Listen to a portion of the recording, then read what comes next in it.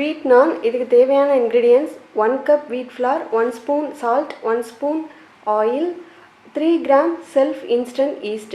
Yeast இல்லனா 1 spoon curd, 1 teaspoon baking soda, 1 teaspoon baking powder use பண்ணிக்கோங்க. அதுக்கு ஆல்டர்னேட்டிவா 3 gram yeastல ஒரு 1/4 டம்ளர் மட்டும் நக சூடு, அதாவது விரல் வச்சா தாங்குற அளவுக்கு சூடான தண்ணியை இதில் ஊற்றி 1/2 ஸ்பூன் மட்டும் சுகர் சேர்த்து இதில் நல்லா கலந்து மிக்ஸ் பண்ணி விட்டுருங்க. சுகர் கரைஞ்சதும் ஒரு 5 மினிட்ஸ் இதை அப்படி க்ளோஸ் பண்ணி வச்சுருங்க. ஆயில் அண்ட் சால்ட் மட்டும் சேர்த்து மிக்ஸ் பண்ணிவிட்டு 5 மினிட்ஸ்க்கு அப்புறம் அந்த ஈஸ்ட் இந்த மாதிரி பொங்கி வச்சுருக்கோம். அந்த ஈஸ்ட்டு கலந்து தண்ணியும் சேர்த்துட்டு நல்லா சப்பாத்தி பதத்துக்கு ஒரு 5 மினிட்ஸ் பிசைஞ்சுக்கோங்க.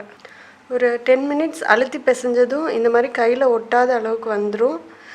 இந்த அளவுக்கு சாஃப்டாக பிசைஞ்சுக்கோங்க. இதில் மேலே மட்டும் மாவு காயாமல் இருக்க லைட்டாக ஆயில் அப்ளை பண்ணி ஒரு 1.5 ஹவர்ஸ்க்கு க்ளோஸ் பண்ணி வச்சுருங்க. 1.5 ஹவர்ஸ்க்கு அப்புறம் இந்த மாதிரி நம்ம பிசைஞ்சு வச்ச மாவு டபுள் த சைஸ் ஆகிருக்கு. இப்போ நம்ம நான் பண்ண ஸ்டார்ட் பண்ணலாம். கீழே கொஞ்சம் ஃப்ளார் டஸ்ட் பண்ணிவிட்டு நான் ஷேப்பில் தேய்க்கிறேன்.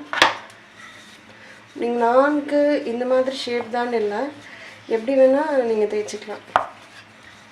ரொம்ப திக்காகவும் இல்லாமல் தின்னாகவும் இல்லாமல் இந்த மாதிரி தேய்ச்சிக்கோங்க. கார்லிக் நானுக்காக கொஞ்சம் கொரியாண்டர் மின்ட் லீவ்ஸும்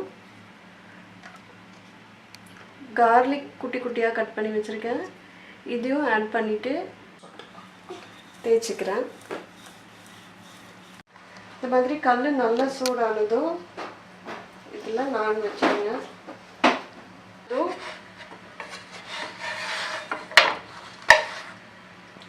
திருப்பி போட்டுருங்க.